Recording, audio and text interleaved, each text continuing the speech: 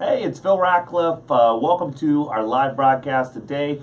We're doing something a little special. We got John Lubinsky here from Remax. He's probably our favorite realtor, and he's going to give us an update. He's been in here before, so we're going to get an update on kind of the state of the real estate market around here, and then talk about, I think, some non-traditional things that are going to be really interesting and cool. So if you're tuning in, it's going to be an awesome show for you. So thanks for being here, John. We appreciate it. Thank you. Always like being here. You're our first multiple coming back for the second time. So let's do like a quick update on Central Ohio real estate market. You know, what's in demand? What's in short supply? You know, are there still good deals? You know, I think everybody knows right now the market is crazy. We have very, very low inventory. We should have about 14,000 homes on the market traditionally. That gives us a pretty balanced market, a 6-month inventory. We have about 3,000 to 3,500 homes on the market. So we have about, last month we had a 1.2 month supply, which is incredibly low. So I think all the sellers out there know, great time to sell. Buyers, well, be ready for multiple offers. Be ready for putting in offers over list price. Yeah. It's just the way it is right now. As far as the deals go, there are still deals out there. And sometimes it's not so much about finding that deal as much as it is about getting the deal. Yeah. So when you're in those multiple offer situations, it's about not overpaying, but still making your offer the most presentable, the best looking offer, and getting the price that you want on the house. Yeah. It does happen. Everybody thinks that they just have to put this astronomical price on a home to get the accepted offer, but that's not the case. Sure. You need to have everything, all your ducks in a row. You need to communicate with the listing agent. You need to let them know that you're a serious buyer, that and even have your buyers draft a letter to the seller. All these little things that you do really help you out. We get a lot of people that put in these offers that are $20,000 over list price. As a listing agent, we know there's no way that house is going to appraise for that. So if they're doing any type of They gotta have a financing, decent amount of cash, right? So the bank will go for it. Yeah. But if there's an appraisal clause built into our Columbus Board of Realtors contract, which is the standard one we use, that says if the lender's appraisal comes out less than the purchase price, that buyer has the right to terminate. Okay. And if their loan is contingent on the appraisal, Yeah. that usually says they don't have the extra finances to bring to the closing, and so that offer is really capped at whatever the appraisal is. So if your buyer's not willing to say, well, we're willing to pay this much over the appraised value, or waive the appraisal contingency altogether, it's worthless. So somebody, if it is a multiple bidding thing, somebody that's willing to be able to put their own cash into there is a better buyer. It's less likely to fall through. Absolutely. But I wouldn't do, as a fiduciary for my clients, I will not waive the appraisal contingency without them knowing all of the potential hazards with that. And I feel there's a lot of agents that are waiving the appraisal contingency for buyers without them truly understanding what could happen. Interesting. We cannot predict what an appraiser is going to say a house is worth. Yeah. We can do all the numbers, we can run everything we can, but it's going to be one person's opinion of the value of the home that this is going to.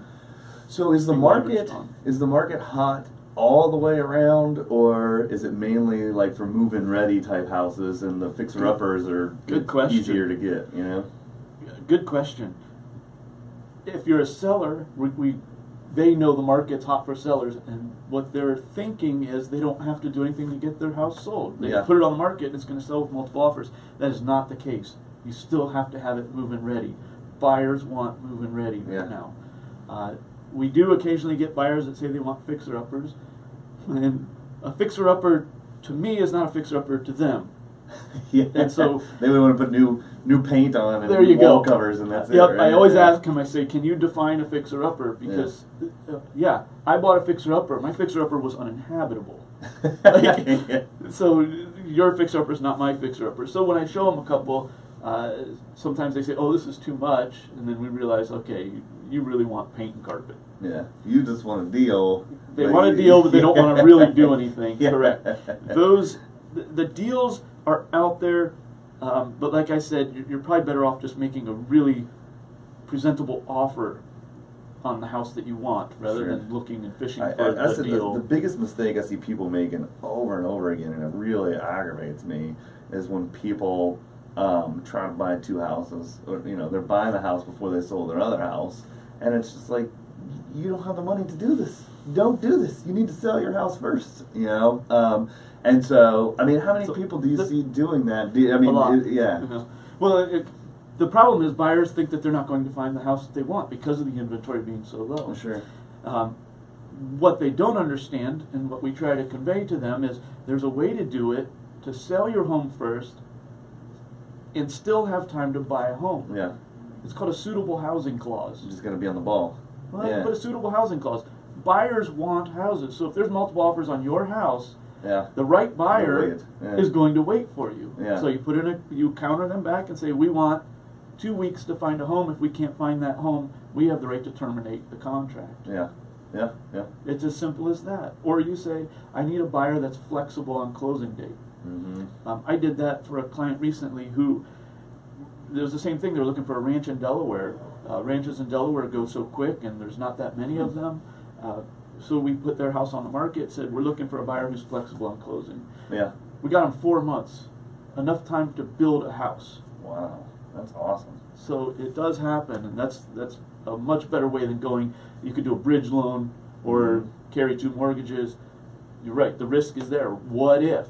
Sure. What if the interest rate jumps another point and all of a sudden... It has gone up a good bit the last year and a half or 2 years. Yeah. Well, a good bit. I mean, it hasn't gone up as much as they really said over the last couple of years. Yeah. We're at 4.5, 4.6, somewhere in there. They expected that 2 years ago, Yeah. and we didn't see it. So. Yeah. Well, I remember when you could do a 15 for like 2.7 or whatever. That was awesome. And now, what is it, like 4.4 or something? Yeah, I think you're still getting the high 3s if you search, but... Yeah, cool. So, tell us maybe, there common mistakes that sellers or buyers make over and over again that you help people avoid? Okay. Number 1, not getting your house ready for a seller is critical.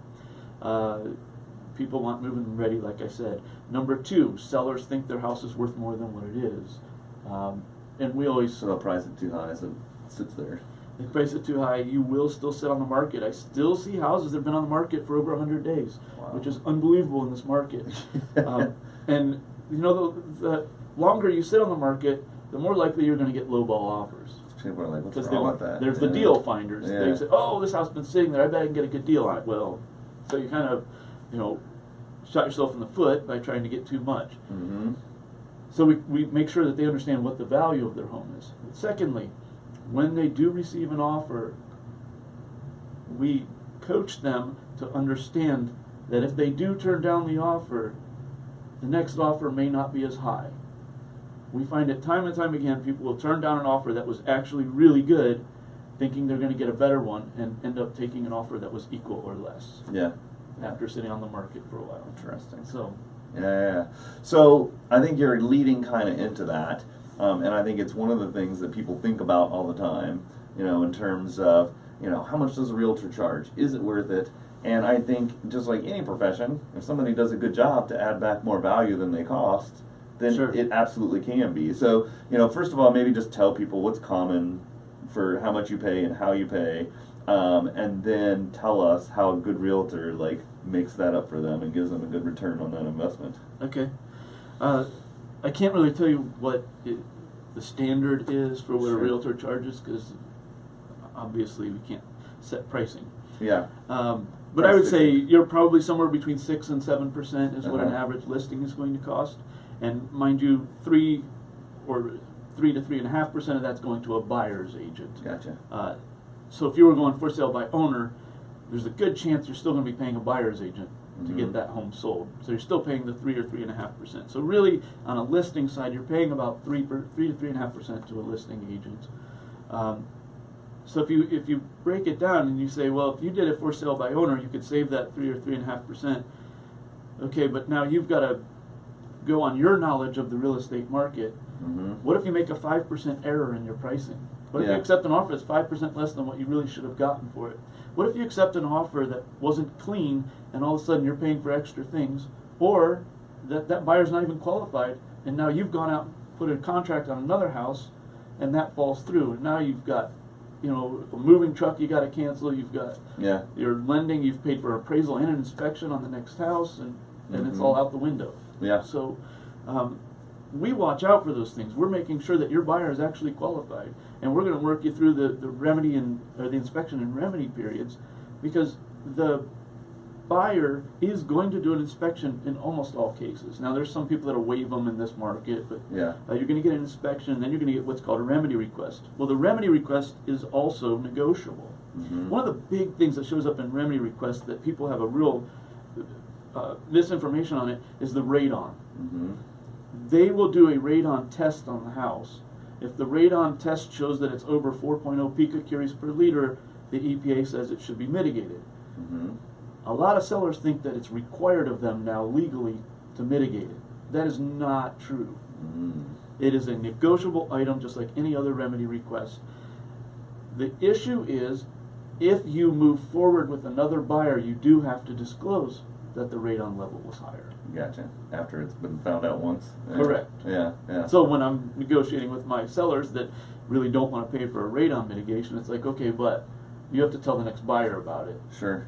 You know, you may end up having to do it regardless. And then also, I think one of the main thing too is a good realtor. I think half of it is, like you said, getting the house ready to where more people would be interested, more offers. But then beyond that, you know, is one of the things I think we've talked about personally. It seems like half the people in this country know somebody, or they have a real estate license, but they're not. It's not their profession. They just have it on the side, or they got it at one point. They don't. But half the value is somebody that's active that can get a lot of traffic to go through your house in a short period of time, so that you get those multiple offers to compare and pick a good one, and be able to have multiple people to choose from, that one of them is going to be qualified on top of giving you a good offer, right? Absolutely, yeah. You don't get a home sold without footsteps in your house. Yeah. They're not, people are looking online, that's their first step, but they're not buying it online. Sure. Yet. We'll get to that. They're not buying it online, they're walking in the house. So the goal is get the footsteps. So the correct marketing, correct presentation, those generate footsteps. Yeah, people think they can just pop it on the internet and put a sign in the front yard and they will come, right? It's like the old baseball movie. What is it? No, if you build it, they will come. Field of Dreams. Yeah, Field of Dreams, that's it. Yeah. Well, the other thing about that is they pop it on Zillow and stuff, and they expect all of a sudden all these people are going to come knocking at their door. Well, guess who's going to be knocking on their door without a realtor? Yeah. The bargain hunter, the person that didn't want to have a buyer's agent because they wanted a discount. An investor's not going to pay you a premium for something that they love. They want a deal to make money. That's absolutely it. They're looking for those FSBOs where they can go, hey, I can lowball this guy. Right now. Yeah, cash. Yeah. You can get out of your house. Yep, absolutely. And a lot of sellers fall for it. And you'll see their for sale by owners typically sell for quite a bit less than one that was marketed by an agent. So cool. So I was going to talk about. I think we might even need to do another one of these sometime, because we don't want to make this one too long. Because I had some non-traditional stuff that I wanted to go over, but maybe we'll give you guys a taste of it, and we'll reschedule another one to talk about the future trends and stuff. But one of them that we were talking about before, where I've had a couple clients where they're reducing their costs to move somewhere nicer, but maybe where the property taxes are lower. Like in our area, maybe going from like Dublin or Upper Arlington to Obetz or Grove City, where it's still nice out there, but the property taxes might be like 1/5 and the house costs like 1/2.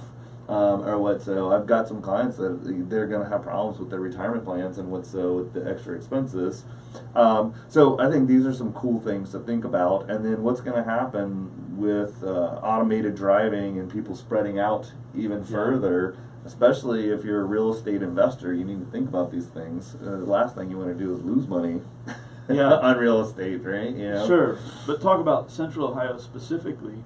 We're growing a lot, Central Ohio has always been built on the loop, so we've kind of never really been centralized. Yeah. It's not been until recently that we've actually started becoming more centralized, which is funny because it's just the opposite of where the trend is going. So. Yeah, that is. And then lastly, I think the sharing economy, we were talking about this before as well too, in terms of, in the past, if you could, you'd buy 2 houses, or you know, people used to do, I'm sure they still get talked into it, like timeshare and stuff like that. But why do that now? Right. And if you do buy one, then have people rent it out over half the time and actually make some money off of it instead of it just being a black hole for costs or what so. So, John, you've seen all his stuff up on the screen. Give him a call. I mean, that's who I refer all my clients to because he does a great job for him. He's one of the few professionals that most of the time, when I refer one of our clients to him, they come back and thank me. You know, so you do an excellent job. I appreciate it. Thank you. And I'm a skeptical person of most realtors that they don't provide a lot of value. But on the flip side, the ones that do are awesome, and you are. So, and I'm a, you know me, I'm a bargain hunter, and I'm not going to pay more than what I think I have to. And you and Lindsay doing home staging and stuff like that, that is a good thing to do in terms of return on your investment. So, any closing thoughts you want to leave everybody with? Use a realtor. I mean, there's 8,000 out there to pick from. I think you can find one pretty easy. Yeah. Of course, I would love it to be my team, but you know, certainly you need that professional advice. Don't try to go it on your own. You're not saving anything. You know, it's as far as getting into the other areas and stuff, we can help you get into lower taxes. Yeah. And still be in a neighborhood that's desirable. So. Absolutely, absolutely. That's probably a great customer for you because you're going to sell one and you're going to buy another. Boom, boom, like that, right? You know, Yep. so.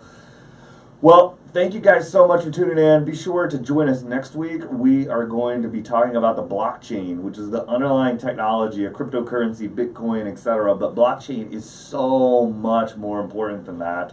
You don't want to miss that one. It's going to be good in terms of thinking about where the financial trust economy, etc. is going. It's going to have a huge impact on your life. Then after that, we got Frank Glover come in, owns his own home inspection company. So I think that's going to be great. He was supposed to be in a few weeks ago and was sick, so we're glad to get him back on the calendar. So that'll be good as well. So hopefully the weather's turning up for us. It's almost spring. You guys have a super weekend, and thanks for tuning in again.